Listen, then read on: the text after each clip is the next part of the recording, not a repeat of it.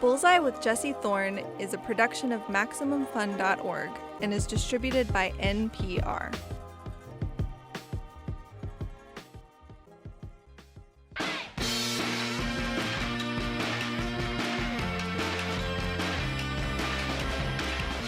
It's Bullseye. I'm Jesse Thorn. Isiah Whitlock Jr. has been a working actor for a very long time. He got his first TV parts in the 80s, started acting on stage well before that. Like any good working New York actor, he's also had over a dozen cameos on different versions of Law & Order. In the early 2000s, though, he got a role that changed the trajectory of his career. He played State Senator Clay Davis on The Wire, a corrupt but charming Baltimore politician who manages to gum up plans for drug dealers, fellow politicians, and police officers alike. You might recall his catchphrase, an expletive which he said in an extraordinary, extended manner. Anyway, while Whitlock's role in The Wire was a huge break for him, it showed the world something that was always true. Whitlock is a compelling screen presence. He can be charming or menacing or funny. Sometimes he is all those things at once. Last year, he starred in Spike Lee's *Da 5 Bloods* with Delroy Lindo, Clark Peters, and the late Chadwick Boseman. These days, he's starring alongside Bryan Cranston in the new TV show Your Honor on Showtime. It's a legal thriller that revolves around the cover-up of a hit and run involving the son of a New Orleans judge, played by Cranston. Isiah plays Charlie, Cranston's character's best friend. In this scene, Michael meets Charlie at a diner. He's just asked him for a pretty huge favor, to help him dispose of his son's car. It's got to be painful for you. Seeing it there every day, in the street, outside your home. If you were never to see it again, it would be harder for a day or so. The absence. And then? Drop the key behind the front left wheel. Give me a few hours. I don't have a brother. And then again, I do. Isiah Whitlock, welcome to Bullseye. Thank you. Thanks for having me. And congratulations on cornering the market on moral relativity in acting. At this point, I think you're anytime someone needs somebody to do something kind of shady, not absolutely purely shady, but pretty shady. I'm good. I'm good with the shade. You know, ask me to do something outright, maybe not, but a little shady. Yeah, I can handle that. How did you get this part? They called up, presented it to me, you know, and I looked it over, found out what it was, who it was, and just the thought of being able to work with Bryan Cranston and people like Michael Stolberg, Hope Davis, I really just jumped at the chance. And the part also presented me a little bit of a challenge because, you know, I'm always sort of trying to, I mean, after doing Clay Davis in The Wire, you know, you make a hard stamp. And I'm always looking for things to be able to kind of move away from that. And even though there's some similarities with this character, there's enough there to make it seem like it's a little bit different. I can do some different things. I can really kind of open up, and that really excited me.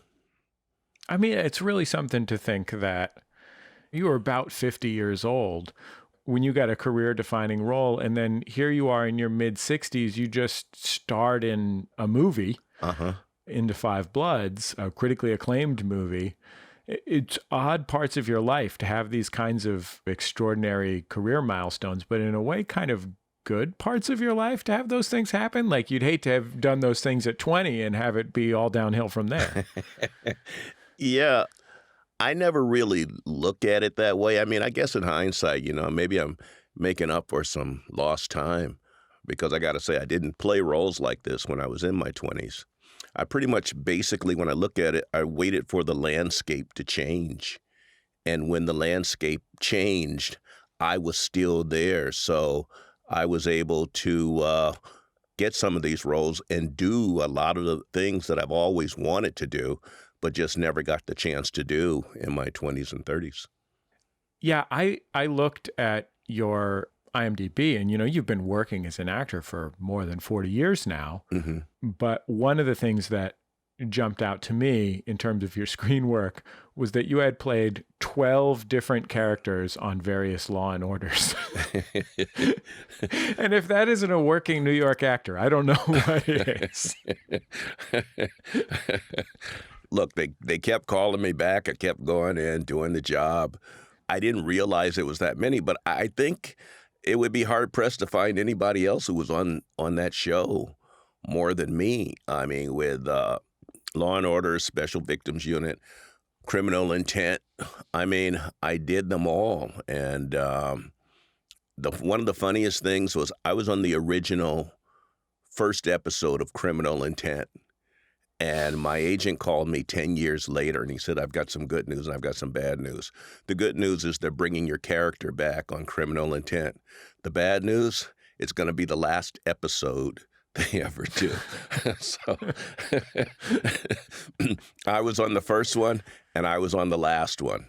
And the squalid part about this story is that I was still available after 10 years. that they called up and they knew, well, we could always get Isiah, we'll find him. So I did quite a few of them. You grew up in South Bend, Indiana, which is probably better known for football than it is for entertainment. What was your interest as a kid? Did you think that you were going to grow up to become an actor? No. I was pretty much into sports, football, things like that when I was in high school. I didn't really have any desire to be an actor. But then I went away to college in Minnesota, a place called Southwest State, Minnesota. And I played football there for about a year. I got banged up so much. I mean, I had concussions and broken ankles. And to me, it just didn't seem to make sense anymore. I mean, I thought if you're not going to play professional football, which I was not, what was the point? So I had to start looking for something else. And I wandered by the theater department. They were doing a production of The Crucible, and I managed to get a part in The Crucible, Arthur Miller's The Crucible, and I've been working ever since. It must have been a pretty different scene in the theater department than it was on the football team. It was, and I took a lot of ribbing for going to the theater department. It was interesting because at that time, Jim Brown, the great Jim Brown, football player, had left the Cleveland Browns to become an actor in Hollywood, and so, like the Dirty Dozen and things like that. And so people were like, what are you trying to do? You trying to be like Jim Brown? You want to go to be like Jim Brown and be this athlete turned actor? And I was like, no, I mean, I really had found something that I really enjoyed. And to me, it wasn't just the acting. It was the plays and the literature, and I really got into it. And, Chekhov and Shakespeare and all of these different writers, my grades and everything just shot up, and I was on the dean's list because I was really excited about it and really prepared myself to be an actor from that point on. I don't know how else to ask this, but how many other black folks were there at Southwest State, Minnesota? There was me. Let the record state, I am presuming that you have your thumb pointed out and you're about to lift your index finger and then your middle finger. There were not very many of us. I would say there was a handful. And we at that time, we were a pretty close-knit group, because we're talking about 1972, 73, roundabout then. So, the world was changing and going through that whole change of 60s, 70s, that kind of a thing. So you sort of made your way. You did the best you could, and then I went out to San Francisco and got the culture shock of my life, but I survived that. And after that, I was able to do pretty much anything or go anywhere. Did you go to San Francisco to become an actor? I know you were at ACT for a time. Yeah, I had gone out in the summer of 1975 just for like a summer program that they had. And they liked me enough to ask me to stay there and go to school there and study there.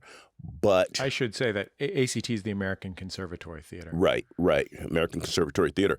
And I had promised my dad that I would finish college. That was a big thing for me. I knew what it meant to him. So I said, I can't stay. But if I can go back and finish college and come back, I'll do it. And that's what they let me do. And I went back to the American Conservatory Theater, studied for about 2 or 3 years, and then they took me into the company there. I was in the company there for about 4 years, and then after I left there, I came to New York. Had either of your parents gone to college? No, nobody in my family had gone to college, and I had quite a large family, so it really did mean a big thing to finally have somebody take that step and finish. And just how proud my father was, I'll never forget that. Was it a hard choice to make or an easy one? It was an easy choice to make. Easy choice, very easy. I even I sang with a band when I was in college, and they wanted to leave school and go on the road and everything, which they did. But again, I dropped out of the band because I said, I got to finish college. I didn't go to college to join a band. And I said, I've got to finish school. So Clutching the Shifters was the name of the band. I was about to say, well, I was going to say it because it would be more fun if I said it. You can go ahead and say it. Proved that it said it here on my notes. Clutching the Shifters. Members of the Middle American Music Hall of Fame or something along those lines. Yes, we're in the Mid-America Music Hall of Fame. Bob Dylan is in that Hall of Fame. So, when people start to knock it, look, when people start to knock it, I always say, well, and you're in what Hall of Fame? I mean,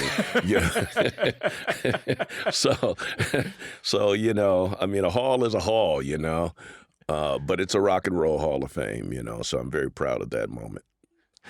You went to ACT, and your classmates at ACT included, among others, Delroy Lindo, who was one of the other stars of Da 5 Bloods, and perhaps ACT's most distinguished alumnus, a guy called Denzel Washington, who folks might have heard of. Mm-hmm. What were you studying there? How was it different from going and, getting an MFA from Yale School of Drama or whatever? I didn't know that much about, say, like Yale or Juilliard or places like that. I mean, you heard about them, and, they were like the major programs. My whole feeling at that time was the fact that, any program wanted me. I mean, it was like I didn't really care too much where I was. And in hindsight, if you can act, you can act. And I had a pretty good setup when I was at ACT. I mean, I was in the company there working with some great actors and things like that.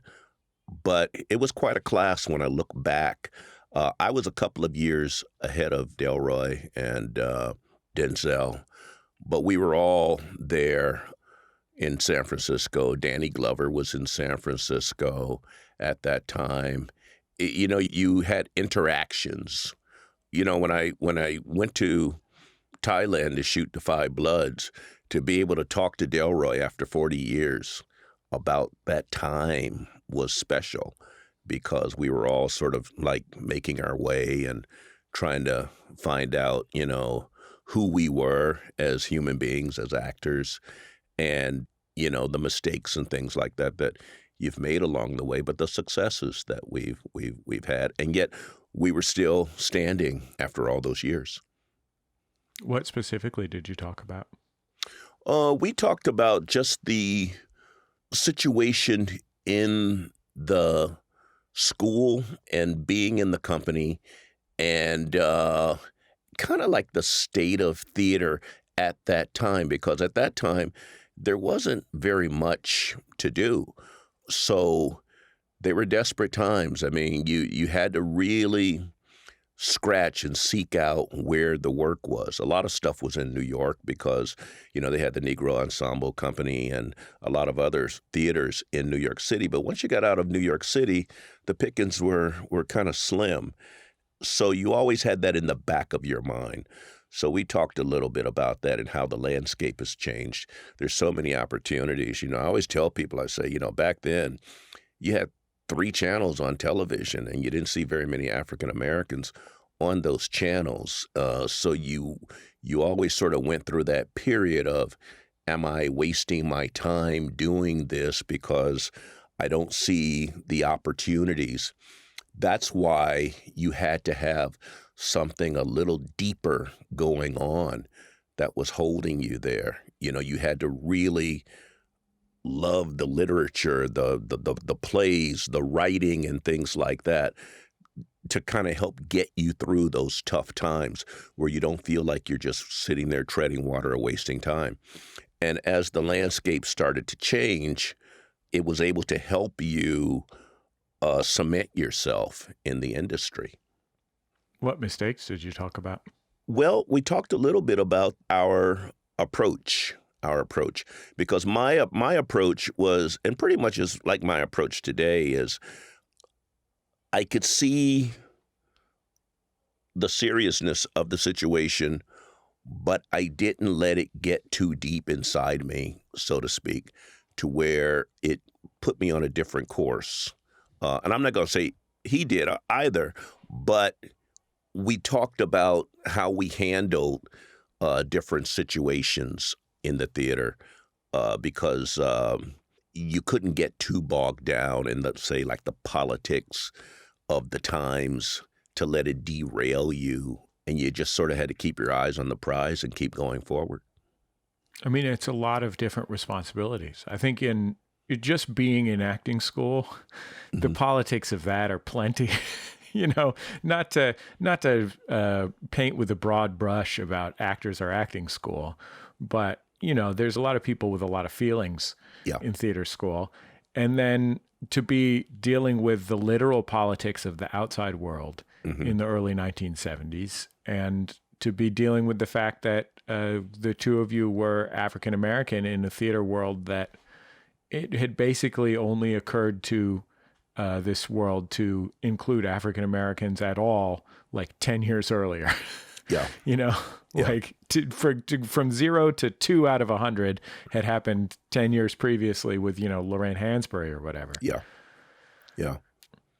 I remember I had a conversation where we talked about, was it a meritocracy where you go and would it just all be about a meritocracy? And your vision, I never really looked at it that way, I always knew, well, it might be a meritocracy one day, but then there's other days where I saw a lot of people, sliding through that it made you wonder. So, you got to take the bitter with the sweet, the give and take of the business, and just not let it get you down. And I still sort of feel that way. You have a really wonderful start to your career on film. Your IMDb and your Wikipedia list 2 films in which you appeared in 1990, both of which are profoundly beloved cult classics. One is Goodfellas, and the other is Gremlins 2: The New Batch. I've actually seen Gremlins 2: The New Batch more recently. I saw that about 8 months or a year ago. It's a pretty amazing movie. Can you tell me how it came to be that you ended up in 2 pretty big movies to start your career, albeit in small roles? Gremlins 2, I think I was like a fireman or something. That might have been like the first or second movie that I did. I was really like trying to scratch things out. But Goodfellas was interesting because I had become a member of the Actors Studio, and Paul Newman was looking for some people to come over to his apartment and read The Color of Money with Martin Scorsese, Tom Cruise, And I went over to the apartment to You said, read. sorry, I'm busy. I have plans, I know. Paul Newman. I have a date, so... Yeah, it's like, look, I got to go over to Paul's apartment and sit on the couch and read. And he had a handful of people there, and we're all sitting around, and we're reading The Color of Money. And of course, I wanted a part in the movie, and I didn't get a part in the movie. That part went to Forrest Whitaker. But when Goodfellas came around, I went to audition for Goodfellas. I got an audition for Goodfellas, and I got a call back. And I got called back for, can't remember the actor's name, but the scene is when he comes to Joe Pesci with the bill, and Pesci hits him over the head with the bottle. He owns the restaurant or whatever. And I thought, well, there's no way they're going to cast me in this part. But I got a call back, so I'm not going to say no. I haven't really done a movie. So I go and I walk in, and Scorsese says, I know you from somewhere. And I said, yeah, I did those readings on the couch for The Color of Money. And he says, oh, yeah, that's great. He says, well, look, the part you auditioned for, you can't play that. But I do have this role of a doctor. It's a very, very small part, but it's very instrumental to the movie. It's the only guy that Henry Hill trusts. He's all coked out and everything like that. Do you think you could do that for me? I know it's not much, but do you think you could do that? And inside I'm saying, act like you've been there. Act like you've been there. And I say, yeah, sure, Marty. Yeah, I think I could do that. Yeah. And so he said, Let me check great. in with Paul real quick. I'm going over to his apartment later. Yeah, right. And that's how I ended up in Goodfellas. But at the time, I kind of took it in stride until I started going out and I started telling people, yeah, I got this part in this movie, Goodfellas. And that was the big story, was how the hell did you get a part in Goodfellas, which was called Wise Guy at the time. And I was working a job at a restaurant, and there was one guy who actually said, look, tomorrow I'm going down and I'm going to audition for Goodfellas, because if you got a part, I know I'm going to get a part. It's like they must just be giving parts away in this movie if they hired you. Well, needless to say, he didn't get a part, and screw him. We've got so much more with Isiah Whitlock Jr. still to come. We haven't even talked about The Wire yet. We'll talk about that and about how he came to embrace Clay Davis's signature catchphrase. It's Bullseye from MaximumFun.org and NPR. This message comes from NPR's sponsor, NerdWallet, a personal finance website and app that helps people make smarter money moves. Have new money goals this year? Whether you want to use credit card points to plan a family vacation abroad once it's safe, or take advantage of low mortgage rates to refinance and save for your child's education, NerdWallet is the best place to shop financial products to help make your 2021 money goals happen.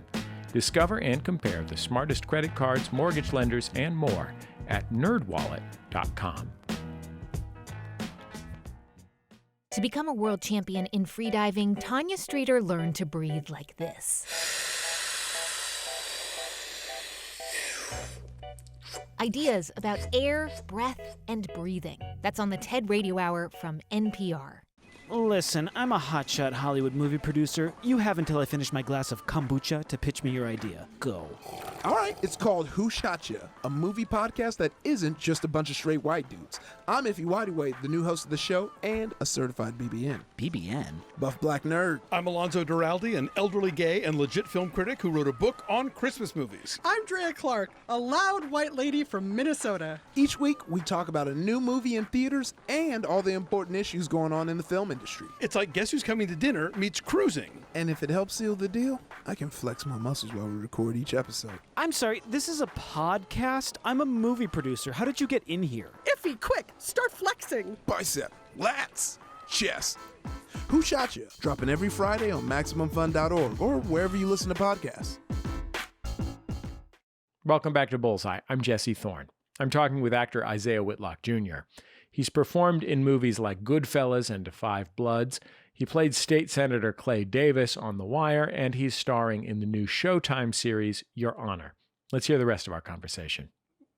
Your character on The Wire, Clay Davis, he was briefly in the first season of the show, right? It was just starting up when you went in. Yeah.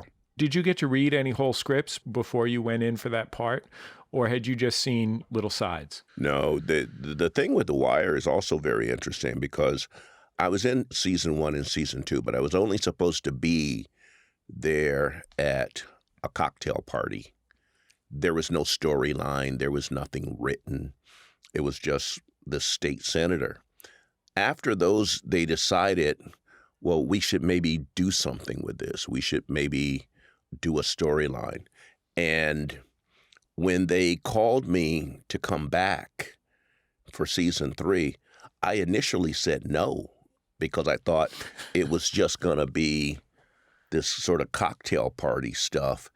And I was doing Othello in Alabama. And I said, no, I can't be bothered. I just, I'm not going to go. And my agent called me and he says, are you sure? I said, no. I said, I'm doing Othello down here in Alabama. I can't be concerned with some little cocktail party. And they finally convinced me to go. And David Simon pulled me aside and said, no, we've got this whole thing set up, this whole storyline where you're going to be ripping off the drug dealers and things like that. And they think they're ripping you off and you're going to be ripping them off. And that's when I got excited about it. But I was never, ever on their radar from the beginning. Was the show on your radar? I mean, did you realize by then what it was? Yeah. Not many folks were watching it at the time. Yeah, I did because I had a lot of friends on the show. And, I mean, I thought the show was great. I really at the time just didn't see myself in it. And then when I got on it, I can admit this now, my biggest fear was that I said, don't be the weak link. This is like a great show. Don't be the weak link. Don't be the guy, they say, oh yeah, The Wire. And then that guy, Isiah Whitlock. Other than that, the show's like fantastic. But I was terrified. I was just terrified. I said, this could go one of two ways. But that being said, I had the courage enough to do what I wanted to do. And when I was at the American Conservatory Theater, the artistic director, Bill Ball, would always say, fail big. If you're going to fail, fail big. So I thought, okay, I'm going to fail big and kind of go for it and play what I feel or what I think this character should be. And there was a period where I thought, oh, I know they're going to fire me. But then I also thought, if they don't like it, they can always cut it. But nobody ever said anything to me, and they just kind of let me continue to create. And it was that freedom that they gave me that allowed me to just even do more stuff and solidify that character. How did you feel the impact of your work on The Wire? Did folks talk to you about it? Every day. At the end of The Wire, David Simon came to me and he said, you're going to have to live with the catchphrase and everything like that. And I didn't believe him. I thought, a year from now, nobody's going to really pay too much attention to it. But there's a few things there. One, I had to live with the catchphrase, but I also saw how the character affected people. It's like you're a bad guy and you're going to make people love you. It would be so easy to just sort of dismiss the character. But the key is to make people like you and make people enjoy you when they see you. And I thought I was able to do that on the show. And then fast forward to today, people still feel that way. I mean, there's times when, not just here, but around the world, places I've gone where people stop me in Venice or New Zealand or something like that, and they're going on and on and on about The Wire and my character on The Wire.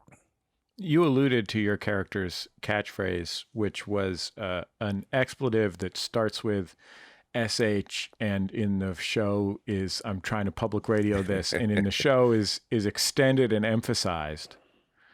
And in fact, I mean, I guess this is just going to sound like a on the radio, at least, it'll sound like a beep. But the first appearance of you, like a comic book, the first appearance of my guest, Isiah Whitlock Jr., saying an extended expletive that starts with SH on film was in the 25th Hour, the Spike Lee movie. Why don't we take a listen to that? You know, it's a good thing I found this. It's gonna make your sofa so much more comfortable to sit on.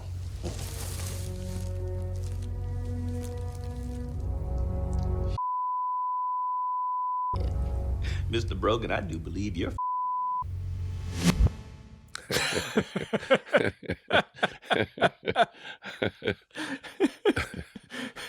So, on The Wire, were they already aware of your extraordinary ability to say that particular expletive? That I don't know.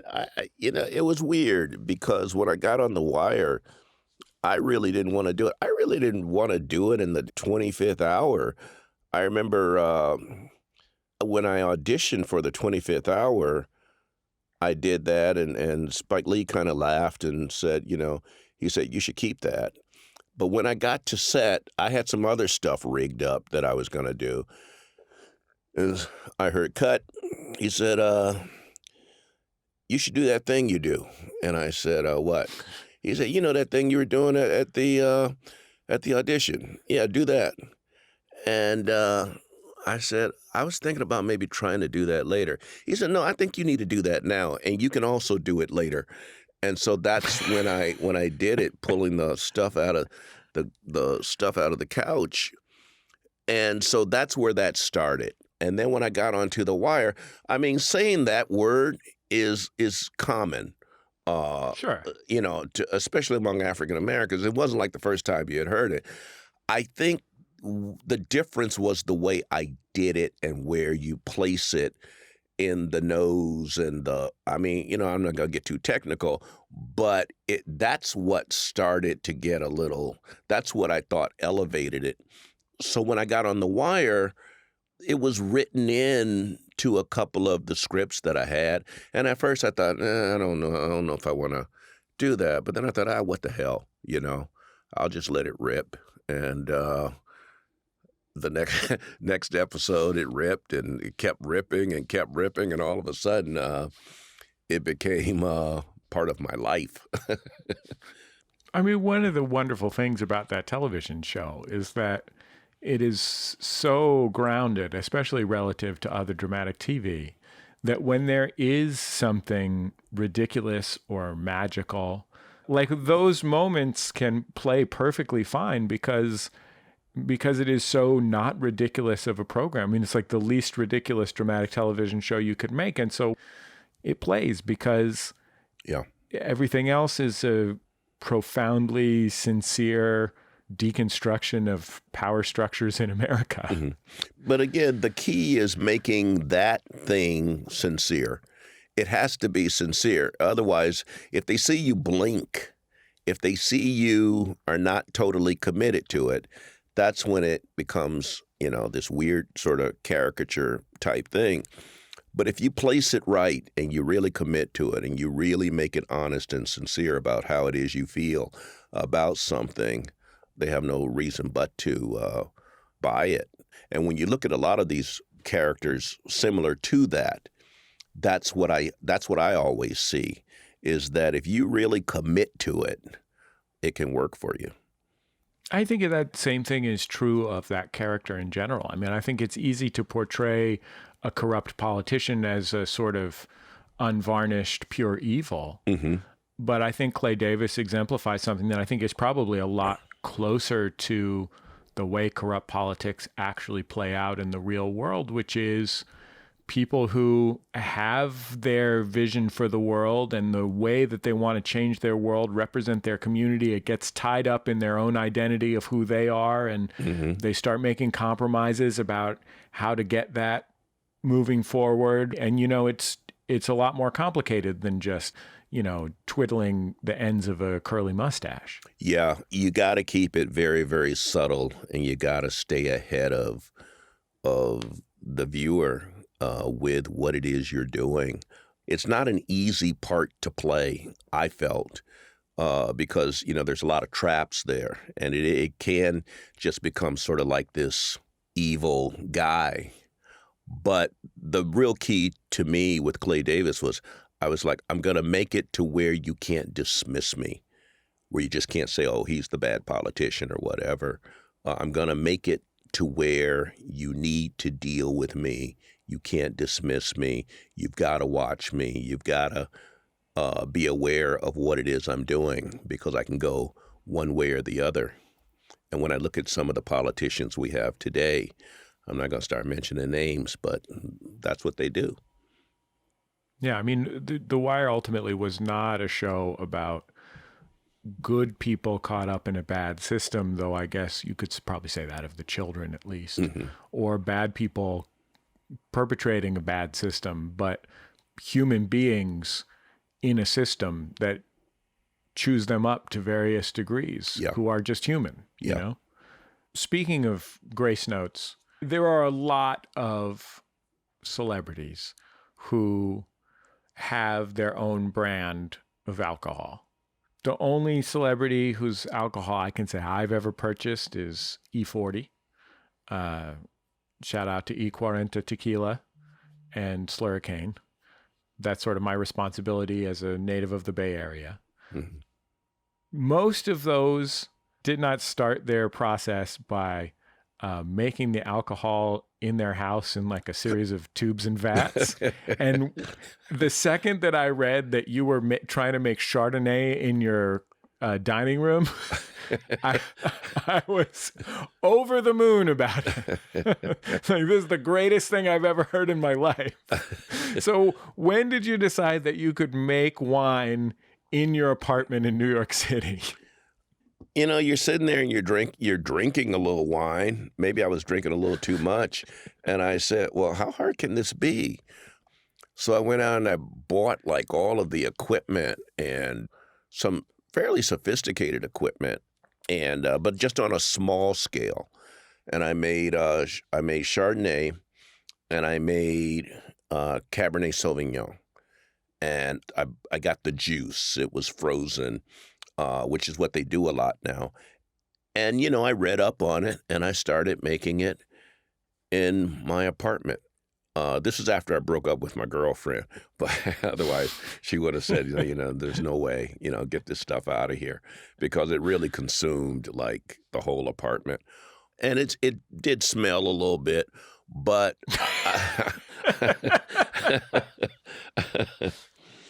but it wasn't bad. It wasn't bad.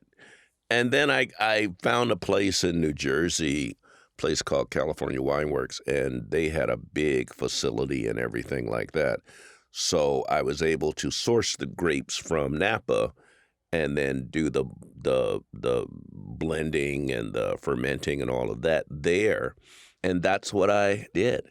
And now I make very good wine. I always if I take it to a party, I just put it there and let people drink it, and they go, oh, my God, this is really good. Who is this? Who is this? And it's like, well, it just happens to be Whitlock. But if I come right out and tell them that I made it, usually they don't touch it. They look at me, and they look at the wine, and they say, okay, I think I'll have a Coke. Well, you named one of the wines after a dance associated with a Rufus Thomas hit from the mid-'70s. For like, it's one of the ones he does in Watt Stacks or something like that. Yeah, the Funky Penguin. Yeah. So I can tell you're enjoying it, is what I'm saying. Yes. Well, the Funky Penguin was a dance that was real big back in the 70s, which I was very adept at doing. That's what I did when I was with Clutch and the Shifters. I wore a silk lame suit, and I did the Funky Penguin, and the rest is history. Hey, we're in the Hall of Fame, okay? We're in the Hall of Fame. So I couldn't have been that bad. Now I've got you in my head, like swirling the wine around in your mouth, saying like I taste notes of cherries and vanillins and North Pole. if I get a bigger operation than my living room, you'll see it on your shelves, you know. Well, Isiah Whitlock Jr., I sure appreciate you coming on Bullseye. It was really nice to get to talk to you. Thank you so much. Isiah Whitlock Jr. As we said before, he is starring alongside Bryan Cranston in the new TV show Your Honor, which is now streaming on Showtime. Go check that out. And if you haven't seen him in Five Bloods, you should. That's the end of another episode of Bullseye. Bullseye is created in the homes of me and the staff of Maximum Fun in and around greater Los Angeles, California, where construction across the street from my home has not only made it very difficult to record, but also has led me to go through the automated car wash about twice a week, which honestly, that's actually kind of a side benefit. I love going through the automated car wash. Our show is produced by Speaking Into Microphones. Our producer is Kevin Ferguson. Jesus Ambrosio and Jordan Cowling are our associate producers. We get help from Casey O'Brien and Kristen Bennett. Our interstitial music is by Dan Wally, also known as DJ W.